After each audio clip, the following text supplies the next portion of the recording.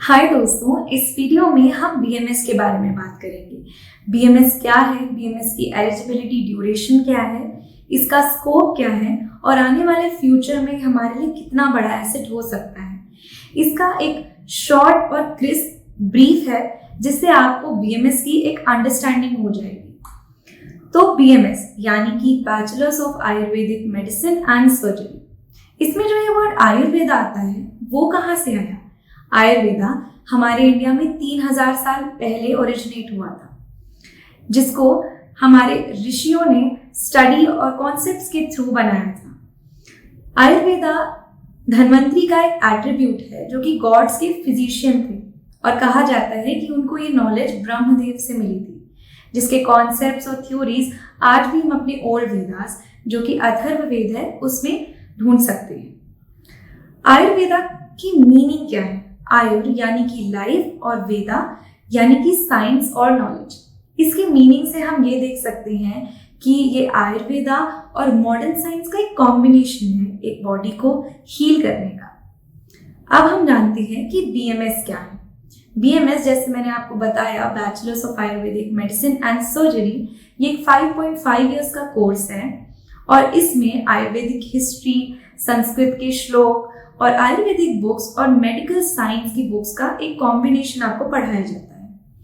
इस कोर्स में आपको पुरानी टेक्स्ट बुक्स जिसमें आयुर्वेदा की कॉन्सेप्ट्स, थ्योरीज मेंशन हैं और जो हमारी मॉडर्न हिस्ट्री है उनको प्रॉपर तरीके से बैलेंस किया गया है ताकि आज की इस मॉडर्न एरा में किसी भी पेशेंट को ट्रीट करने में हम दोनों चीज की अंडरस्टैंडिंग रख सकें। तो ये एक बीएमएस का शॉर्ट ब्रीफ था। अब हम बात करते हैं कि बीएमएस की एलिजिबिलिटी क्या है। एज इट इज, जैसे आप एमबीबीएस के लिए खुद को प्रिपेयर करते हैं, बीएमएस का प्रोसेस भी सेम है।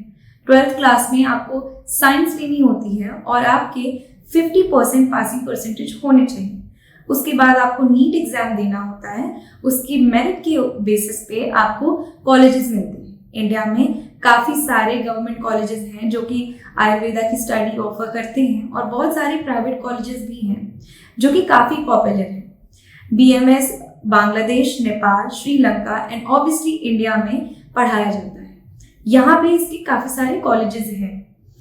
अब हम इसकी बात करते हैं कि स्कोप क्या है बीएमएस में।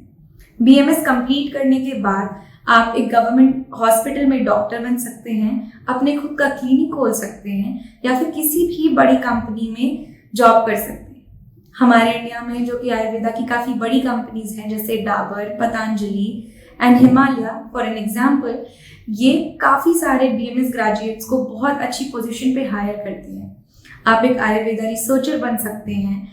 इवन साइंटिस्ट को भी अब आयुर्वेदा या फिर बीएमएस ग्रेजुएट्स की नीड होती है आने वाले फ्यूचर में रिसर्च करने के लिए या मेडिसिन पे रिसर्च करने के लिए। आयुर्वेदा का काफ़ी ज़्यादा यूज़ किया जा रहा है।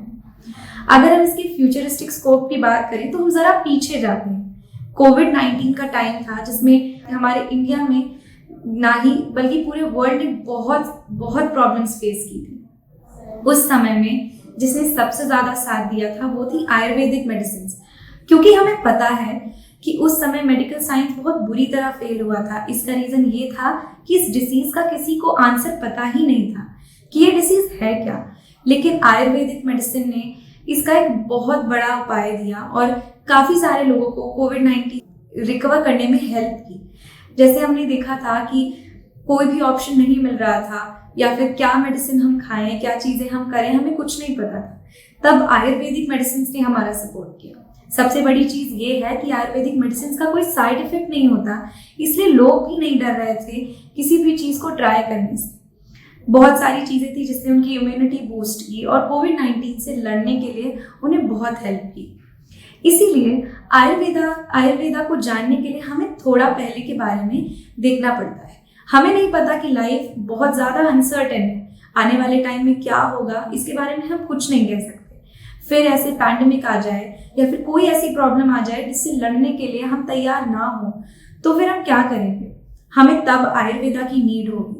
जैसे हमने इस टाइम में देख लिया था कोविड-19 में कितनी ज़्यादा नीड थी डॉक्टर्स की, पेशेंट्स की और दवाइयों की। आयुर्वेदा ने तब हमारी बहुत ज़्यादा हेल्प की। इसी से हम ये जान सकते हैं कि फ्यूचर एस्पेक्ट में हमारे लिए आयुर्वेदा कितना बड़ा एसेट हो सकता है। आने वाले टाइम में अगर कोई भी ऐसी डिसीज आई जिसका इलाज हमें तुरंत नहीं मिल सकता, तो आयुर्वेदा उस चीज़ को काफ़ी बेटर तरीके से अंडरस्टैंड करके हील कर सकता है, क्योंकि उसका कोई साइड इफेक्ट नहीं है। तो अभी तक हमने बात की बीएमएस के बारे में, आयुर्वेदा के बारे में, इसकी एलिजिबिलिटी और इसका स्कोप क्या हो सकता है। आप बीएमएस करने के बाद अगर अपनी एजुकेशन को कंटिन्यू करना चाहते हैं तो पोस्ट ग्रेजुएशन भी मास्टर्स ऑफ आयुर्वेदा में कर सकते हैं, पेडियाट्रिक्स में कर सकते हैं और गायनेकोलॉजिस्ट के लिए भी पढ़ाई कर सकते हैं। एक क्वेश्चन स्टूडेंट्स की तरफ से काफ़ी ज़्यादा आता है कि क्या बीएमएस एमबीबीएस से कम है या उसकी इम्पोर्टेंस कम है। नहीं, ऐसा बिल्कुल भी नहीं है। जैसे मैंने अभी आपको बताया कि मेडिकल साइंस और आयुर्वेदिक स्टडीज एक दोनों अलग चीज़ है, और बीएमएस में इन दोनों का कॉम्बिनेशन पढ़ाया जाता है, क्योंकि आज के मॉडर्न एरा में इन दोनों की अंडरस्टैंडिंग बहुत इंपॉर्टेंट है। एक पेशेंट जो कहीं और से ट्रीटमेंट लेके आ रहा है, मेडिकल साइंस की दवाइयाँ उससे, उनकी थ्योरी से वो पूरी तरह से बाउंडेड है और उन्हीं की दवाइयाँ ले रहा है, सो ऑब्वियसली उसकी अंडरस्टैंडिंग एक आयुर्वेदिक डॉक्टर को होनी चाहिए, जिसके लिए उनका दोनों का कॉम्बिनेशन पढ़ाया जाता है।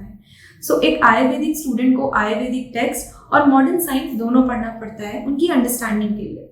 तो ऐसा बिल्कुल भी नहीं है कि एमबीबीएस और आयुर्वेदा में दोनों में एक दूसरे की इम्पोर्टेंस कम या ज़्यादा है, दोनों ही इक्वली इम्पोर्टेंट है। हम अपने आने वाले वीडियोस में बीएमएस के बारे में, उनके कॉलेजेस, उनकी कट ऑफ और इसकी काफ़ी सारी अपडेट लाते रहेंगे। आप हमसे जुड़े रहिए और आने वाले वीडियोस की नोटिफिकेशन आपको सबसे पहले मिलेगी।